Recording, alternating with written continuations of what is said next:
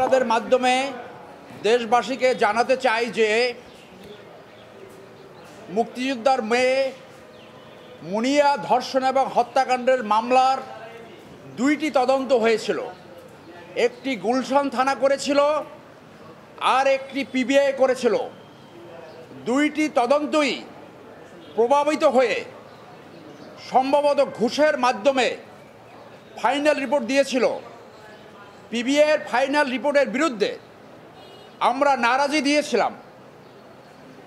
নারী ও শিশু নির্যাতন আদালত আমাদের নারাজি খারিজ করে দিয়ে সেই প্রভাবিত পুলিশ রিপোর্ট গ্রহণ করেছিল। আমরা সেইটার অ্যাগেনস্টে আজকে আপিল শুনানি করেছি। মাননীয় আদালত আপিল শুনানি অন্তে আপিল গ্রহণ করেছে এবং আপিল নোটিশ সার্ভ করার পরে দ্রুত শুনানি করে এইটা পুনঃ তদন্তে যাবে বলে আমরা আশা করি।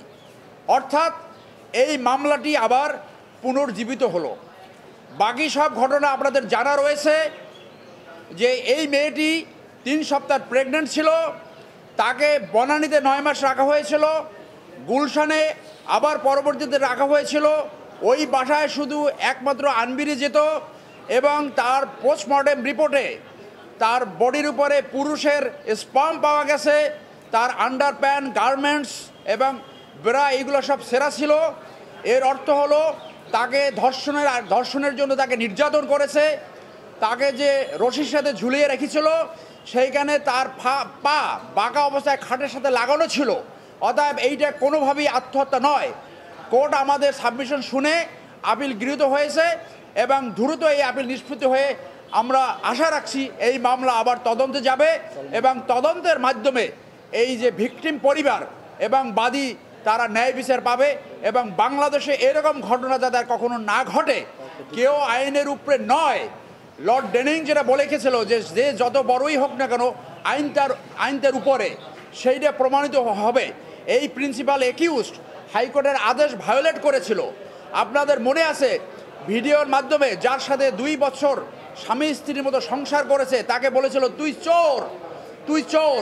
মুনিয়া বলেছিল যে আমাকে বাঁচাও, তার বোনকে আমাকে না বাঁচালে আমাকে মেরে ফেলবে।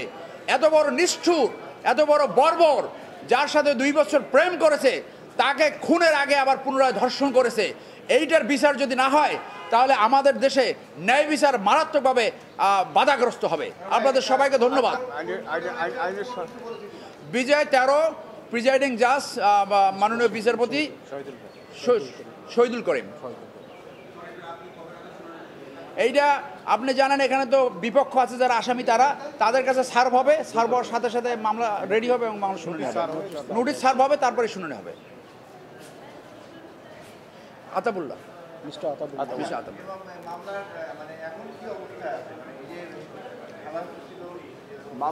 মামলার অবস্থানটা হলো যে মামলাটা নিম্ন আদালতে একটা বৈষম্য সৃষ্টি করে, ধনী এবং গরিবের বৈষম্য সৃষ্টি করে, গরিবকে ন্যায় বিচার থেকে বঞ্চিত করে ওই মামলাটাকে ধনীদেরকে অব্যাহতি দিয়েছিল। আমরা উচ্চ আদালতে আসার পরে আমরা ন্যায় বিচার পেয়েছি। আমাদের আপিল অ্যাডমিশন হয়েছে। আমাদের ব্যারিস্টার সরোয়ার ভাই বলছে আমাদের আপিল অ্যাডমিশন হয়েছে, তার মানে ওরা আবার আসামিভুক্ত হয়ে গেছে। আর তাদের ফ্রিনেস নাই, তারা আইনের আওতায় চলে আসে, তারা বিচারের আধীন চলে আসছে। আমরা আশা করি উচ্চ আদালত থেকে আমরা ন্যায় বিচার পাবো এবং তাদের সর্বোচ্চ শাস্তি মৃত্যুদণ্ড হবে। এখনকার প্রক্রিয়া আপিল হয়েছে, আপিল অ্যাডমিশন হয়েছে, আইন অনুযায়ী নোটিশ সার্ভ হবে, সার্ভ হওয়ার পরে আপিল পূর্ণাঙ্গ শুনানি হবে, শুনানি হওয়ার পরে বিজ্ঞ আদালত ন্যায় বিচারে আদেশ দেবে এবং এইটা খুব দ্রুত হবে। এটা আপনার ভ্যাকেশন খুবই দ্রুত হবে। এটা একটা সেন্সেশনাল মামলা। আশাবাদী আপনারা আমাদের সহযোগিতা করেন।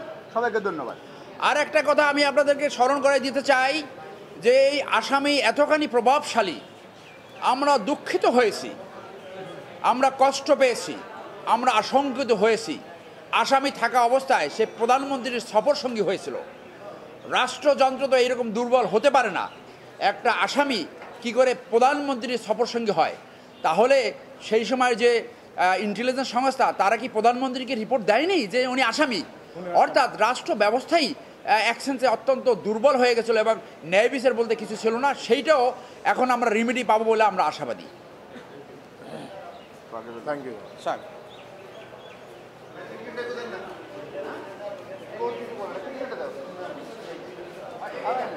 নিয়ে যান